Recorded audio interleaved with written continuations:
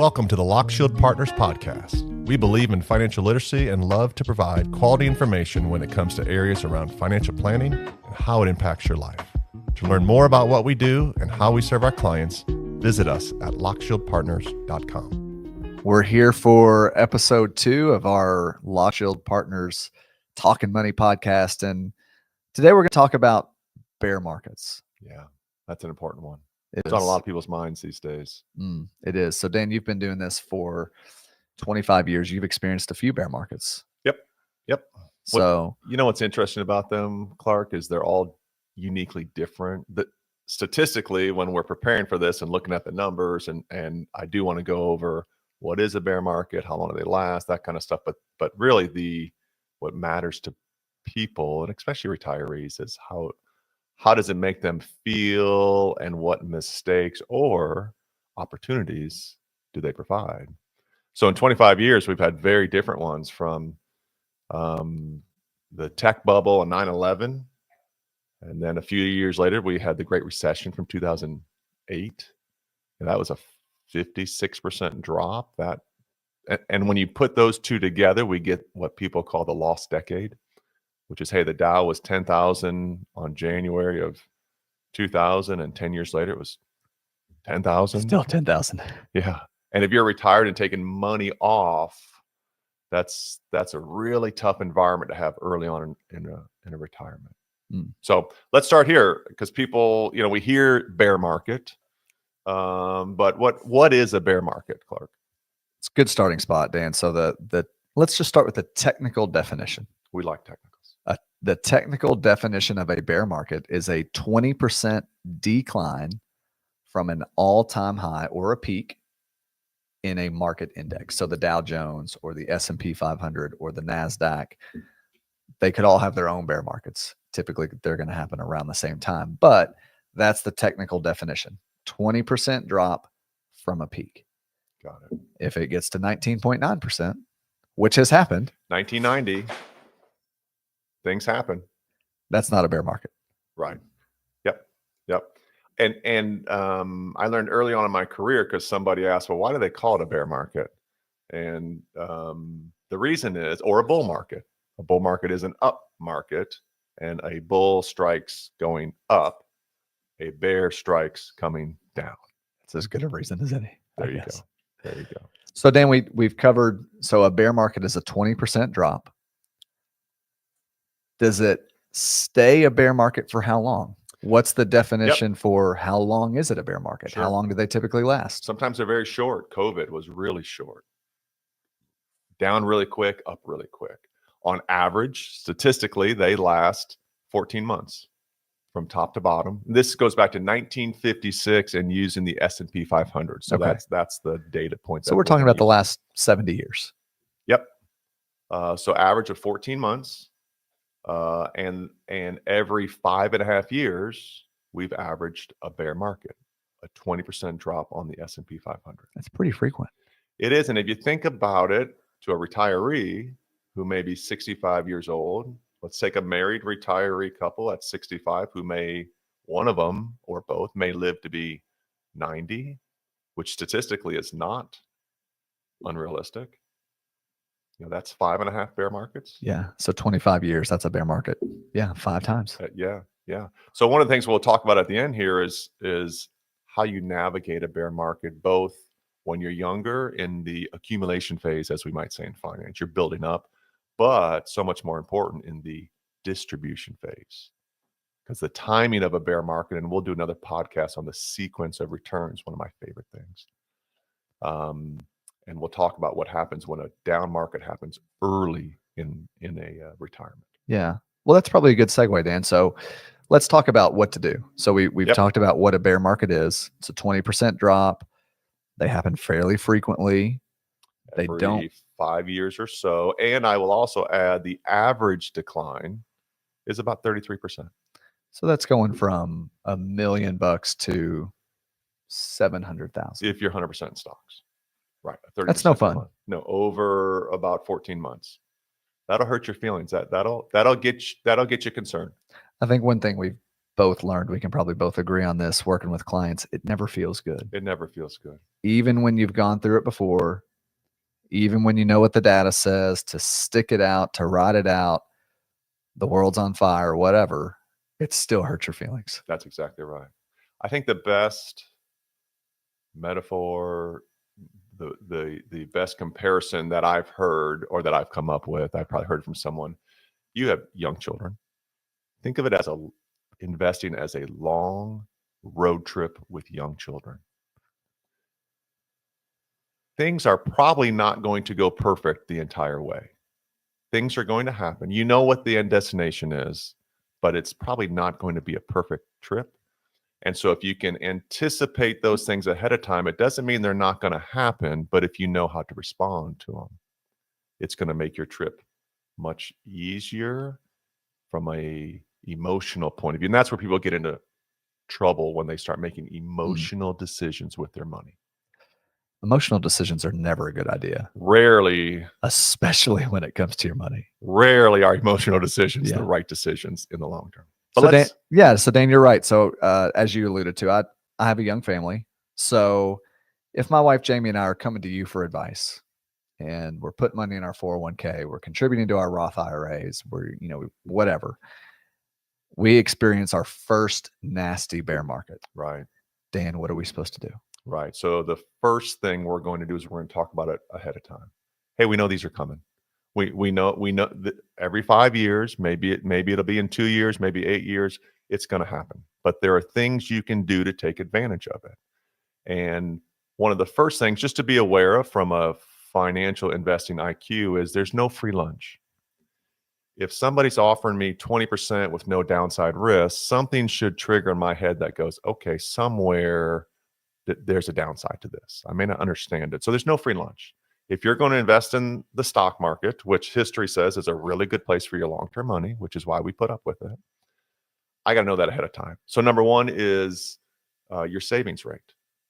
So one way to take advantage of a down market is, well, you contribute more. In order to be able to contribute more, your savings rate, your cash, your budgeting needs to be healthy.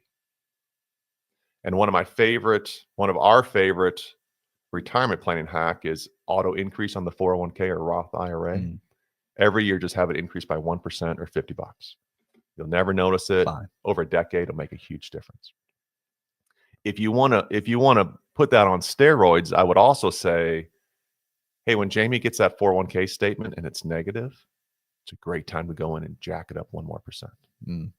That's good advice. Yeah, it'll happen every 4 or 5 quarters. Usually they come in batches.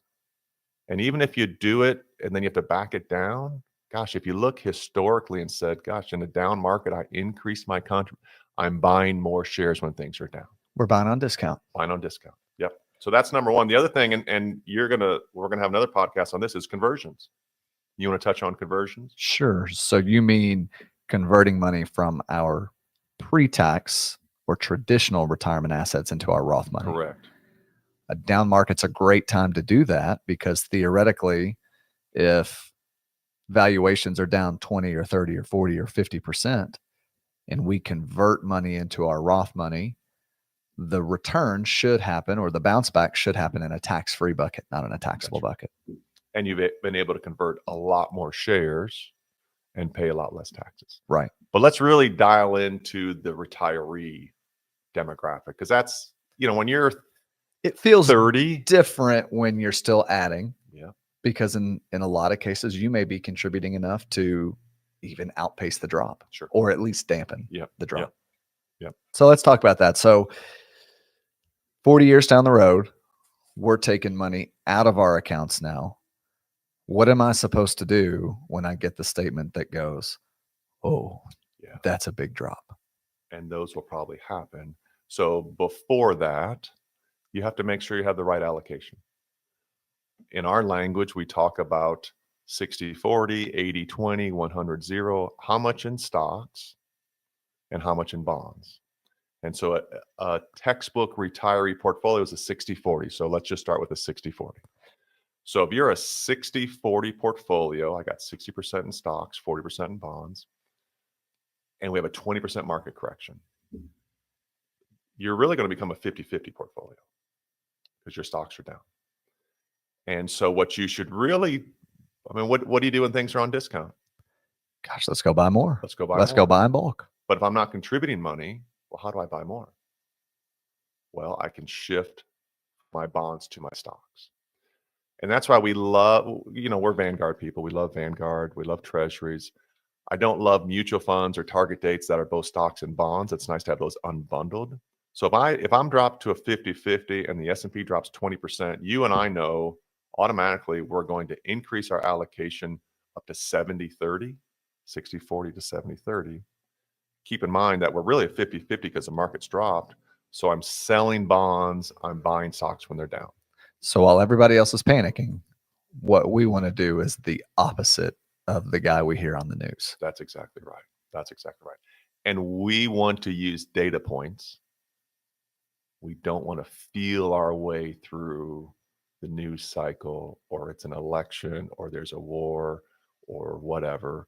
So for us, 20% is the first buying spot, 40%, then 50%. So if we shift to 70-30, Yep. after we've dropped 20% and we lose another 20%, Yep. we're buying more. We're buying more. And the news is awful. And a 40% drop, that's a big one. I've seen that twice. That's a big one. But if you look statistically and say, gosh, if I bought at a 20% drop or a 40% drop, man, if I look out 12 months, 18 months, 2 years, statistically, I'm a really happy buyer. Eventually, you're going to be glad you did it. That's exactly right. And you're going to get back so much quicker. And that's important because what retirees will say is, I don't have time to recover. That may not be right, because if you're going to live 20 or 25 years, you probably do have time. You don't want to give up 5 years or 6 years of time.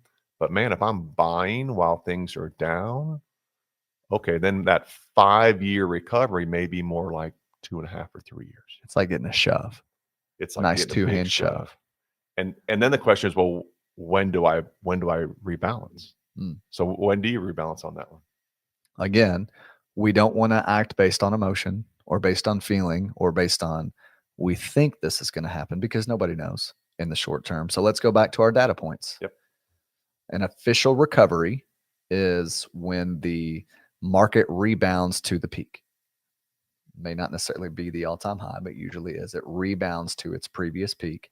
That's our trigger to say we're going back to our 60-40. And we're going to sell stocks and put them back in bonds. Right. We're going to sell what's performed What's working really, really well, and we're going to buy what's just kind of boring.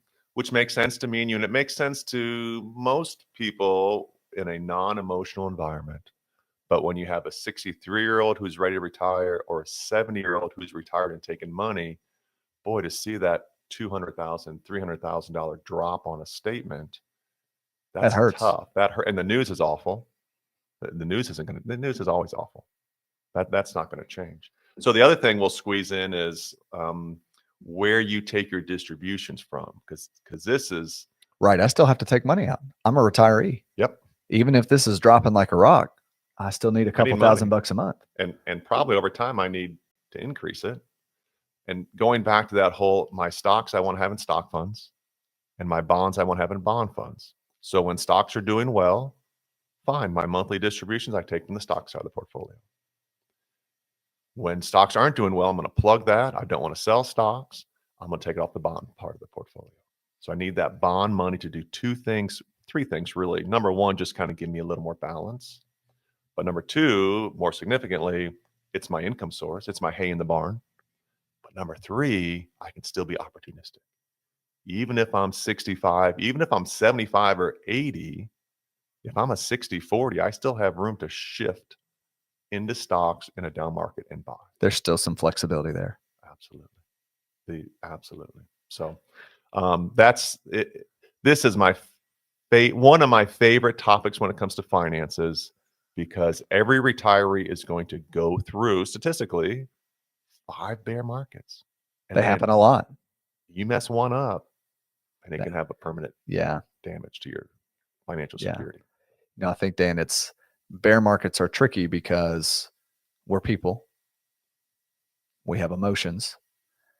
that's where I think the specific data points is these triggers are really, really important, because whether we realize it or not, subliminally, when things are going really well, a little bit of greed kicks in. I want more of that. Yep. I want to experience more of that. This It is feels great. good to see that money increase. Or on the downside, fear, anxiety, worry. We have to protect ourselves from ourselves. Yeah. Yep, absolutely. And the last thing I'll say to wrap up this conversation is, when you're working and producing and saving, you're busy. Working and saving. When you're retired, you know what you do a lot? You watch the news or you talk to other people, and that's not always a healthy thing, as we know. So bear market's critical. Great opportunities, not just when you're 30 years old or 50 years old, but even when you're 65 or 70 and into retirement. Absolutely. Thanks for joining us today. Please make sure to visit our website at lockshieldpartners.com for more information.